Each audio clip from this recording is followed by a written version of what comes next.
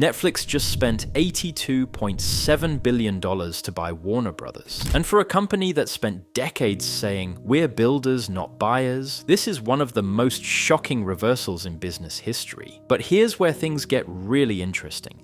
Behind the scenes, this deal is absolutely genius, and it's about to change everything you know about streaming forever. Let me explain. Ted Sarandos, Netflix's co-CEO, has been in the streaming game since 2000, when Netflix was just mailing DVDs in red envelopes. Back then, Time Warner chairman Jeff Bezos literally laughed at the idea of Netflix competing with Hollywood giants. In a famous 2010 interview, he asked reporters, "Is the Albanian army going to take over the world?" I don't think so. Well, guess what? The Albanian army just bought your company for $82.7 billion.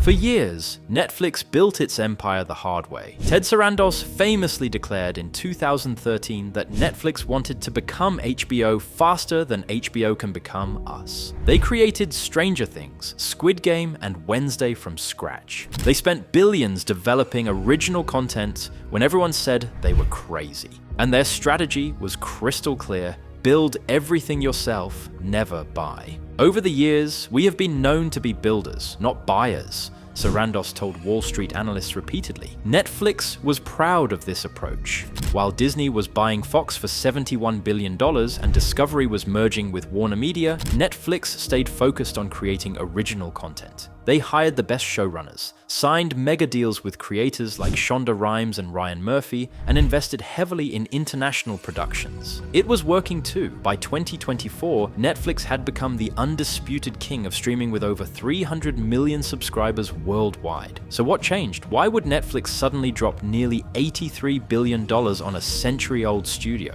The answer is both brilliant and terrifying for Netflix's competitors. The deal brings together beloved franchises like Harry Potter, Game of Thrones, The Sopranos, The Wizard of Oz, and the entire DC universe with Netflix's massive hits like Stranger Things, Bridgerton, and Squid Game. But that's just scratching the surface. Netflix isn't just buying content. They're buying Warner Brothers, legendary studios in Burbank, HBO's prestige brand, and most importantly, a 102-year-old production machine that knows how to make theatrical blockbusters. Here's the genius part. Netflix has only been making original content for about 12 years. As Sarandos explained in the announcement, we've only been doing original programming about 12 years, and we've been moving very fast. Warner Brothers has been doing it for over a century. Netflix gets instant access to production capabilities, creative talent, and institutional knowledge that would take decades to build organically. Think about what Netflix is really acquiring here. Warner Brothers Animation, which created Looney Tunes and DC animated content. New Line Cinema, which made the Lord of the Rings trilogy. Castle Rock Entertainment. DC Studios with Batman, Superman, and Wonder Woman. HBO with its reputation for prestige television, and a film library containing over 12,500 titles spanning more than a century of cinema history. But the most shocking part? Netflix promises to maintain Warner Brothers' current operations and build on its strengths, including theatrical releases for films. This is the same Netflix that basically killed the theatrical experience for a generation. Sarandos once dismissed going to theaters as an outmoded idea, saying streaming was the future. Now he's pledging to release Warner Brothers movies in cinemas first, respecting traditional theatrical windows. What's really happening here is Netflix realized they hit a wall. They have 300 million subscribers worldwide, dominating Disney+, Amazon Prime Video, and everyone else. But growth was slowing. The easy subscribers were already signed up. To keep growing, they needed more content, specifically the kind of iconic franchises that people can't live without. The math is insane. Netflix and HBO Max combined will have a collective content budget of $21.7 billion, roughly $3 billion more than Disney, NBC Universal, and Paramount combined. That's not just market dominance, that's market obliteration. The company expects to realize at least $2 to $3 billion of cost savings per year by the third year, which means they can keep subscription prices competitive while massively expanding their content library. And there's another brilliant strategic play here. By acquiring Warner Brothers, Netflix solves their biggest weakness. They don't own enough must-have content. Shows like Stranger Things are huge, but they're still relatively new franchises. Harry Potter has been beloved for over 25 years.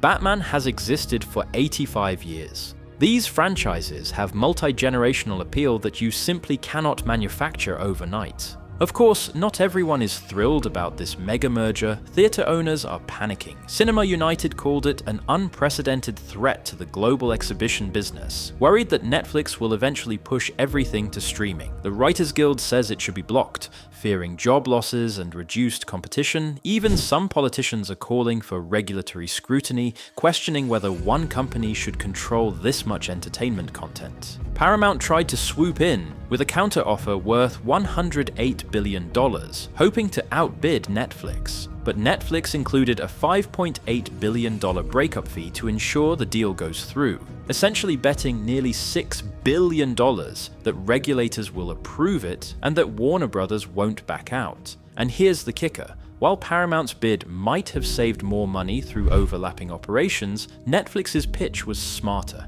They pointed out that Paramount was talking about $6 billion in synergies, and Sarandos asked bluntly, "Where do you think synergies come from?" Translation, Paramount would have fired thousands of people and shut down duplicate operations. Netflix promises to keep Warner Brothers running independently, preserving jobs and Hollywood production infrastructure. This matters because Hollywood is watching nervously. If Netflix can successfully integrate Warner Brothers without massive layoffs, it sets them up as a more attractive buyer for future acquisitions. Universal could be next. Sony Pictures is always rumored to be for sale. Netflix is signaling they're now open for business as an acquirer. The deal won't close until late 2026 after Warner Brothers spins off its cable networks like CNN and TNT into a separate company called Discovery Global. So Netflix gets the good stuff, the studios, HBO, and streaming assets, while avoiding the dying cable business that's hemorrhaging subscribers and advertising revenue. This is Netflix's checkmate move in the streaming wars. They went from mailing DVDs to laughingstock to industry disruptor to now owning one of Hollywood's most legendary studios. Research firm MKI Global said Netflix will cement itself as the Goliath of streaming. And they're not wrong.